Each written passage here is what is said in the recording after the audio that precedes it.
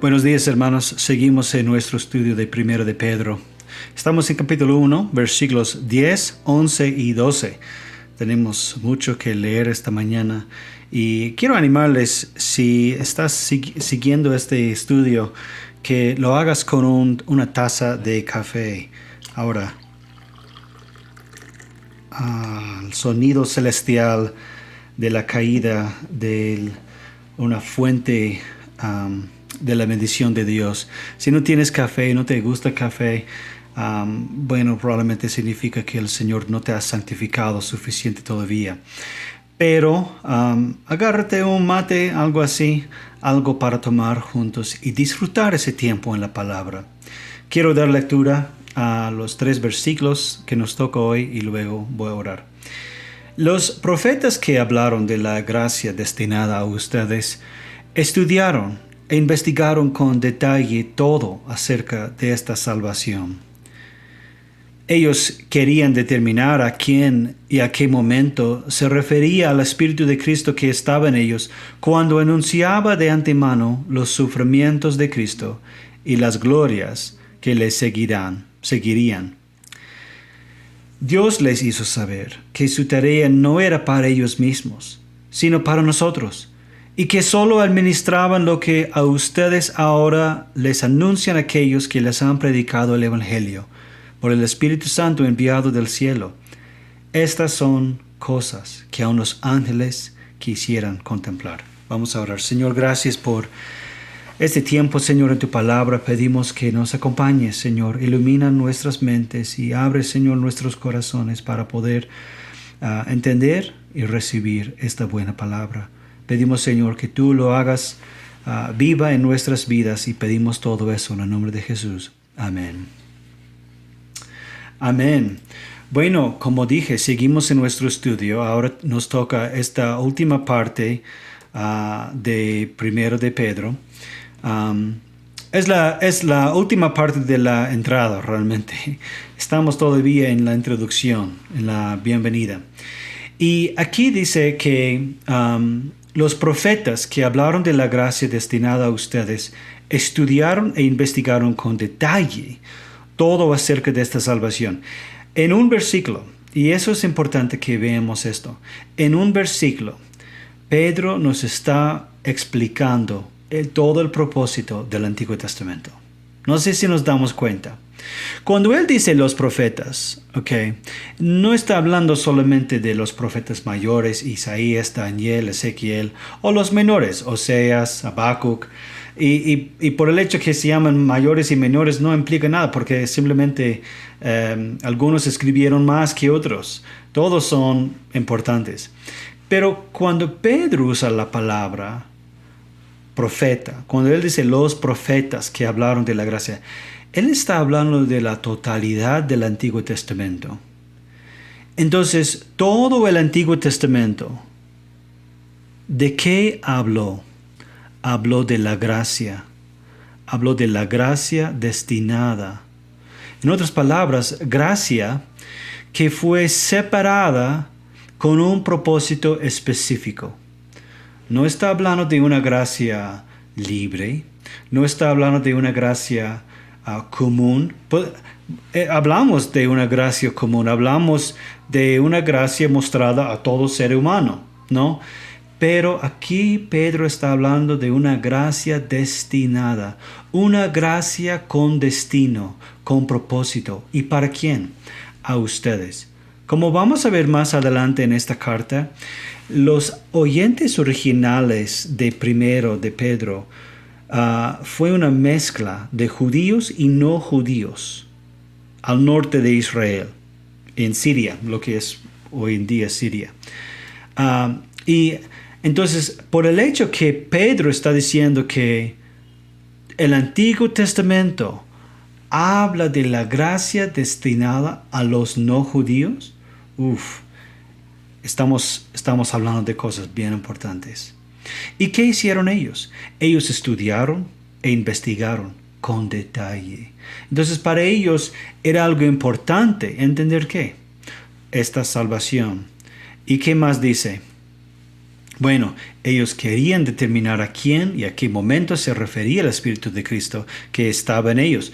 Interesante. El Espíritu de Cristo estaba en ellos. ¿Qué quiere decir eso? Que el Espíritu Cristo, que nosotros muchas veces reconocemos como el Espíritu de Cristo es la representación de Dios en el Nuevo Testamento. Algunos piensan eso, pero no. Este está hablando del Espíritu de Cristo que existía en el Antiguo Testamento. Es el mismo Espíritu Cristo que actuaba en ellos. A veces cuando leemos Hechos, el libro de Hechos, pensamos que Pentecostés es el momento para el Espíritu de Cristo.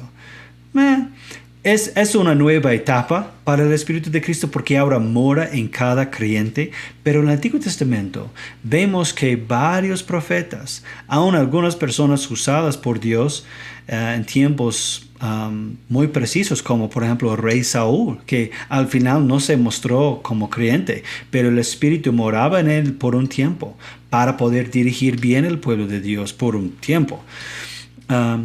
Y que este Espíritu, que a través de él, ellos estaban ansiosos de encontrar qué, cuándo y cómo. ¿Cuándo y cómo? ¿Por qué? Porque este Espíritu de Cristo en el Antiguo Testamento predijo el sufrimiento de quién, de Cristo Jesús y las glorias que le seguirían. Amigos, tenemos mucho aquí. Eso nos indica que no solamente el Antiguo Testamento tiene algunas profecías acerca del Mesías, o que Jesús cumplió algunas promesas que venían del pasado. No, está diciendo que todo el Antiguo Testamento está dirigido, está diseñado para dirigirnos y llevarnos al sufrimiento de Cristo. Me hace pensar mucho de Hebreos 11. Yo dije eso de los versículos anteriores cuando hablamos de la fe y la meta de nuestra fe, cuál es nuestra salvación. Al final del Hebreos 11, después de dar una lista de personas fieles a su llamado, menciona que ellos aún anhelaban tener lo que nosotros ahora tenemos. ¿Y qué es? Que nosotros miramos atrás. Todos los creyentes, los fieles, los creyentes, los cristianos en el Antiguo Testamento. Algunos no pueden hablar de un cristiano del Antiguo Testamento porque no vivía Jesús todavía. Pero vemos aquí que Pedro entiende que los del Antiguo Testamento entendieron el anuncio de los sufrimientos de Cristo y las glorias que le seguirían. Es interesante que cuando leemos los evangelios no vemos a muchas personas que pueden reconocer eso. Se habían olvidado. Jesús estaba presente en su vida, sin embargo no podían entender el propósito de Jesús en su vida. Aunque el Antiguo Testamento predicaba y enseñaba la salvación que iba a venir por Cristo, ellos no podían verlo eso en Jesús. Hay una fuerte aplicación para nosotros. ¿Cuántos de nosotros, sabiendo las promesas, sabiendo todo lo que Dios ha hecho en el pasado, todavía nos falta fe para confiar en Él en el futuro? Y luego Pedro termina esta parte. Dios les hizo saber que su tarea no era para ellos mismos. Qué humilde trabajo tenían ellos, sino para nosotros. ¿Te das cuenta, amigo, hermano, hermana? Waike, Panay, ¿te das cuenta que Dios preparó todas esas cosas para hacer a nosotros saber? Y que ellos no solo administraban lo que a ustedes, lo que a nosotros, ahora les anuncian a aquellos que les han predicado el Evangelio por el Espíritu Santo, el mismo Espíritu Santo, enviado del cielo. En otras palabras, el Antiguo Testamento fue escrito para ti. No fue escrito solamente para dar una historia, para recalcar todo lo que pasó, sucedió. No existe solamente para poder dar un informe.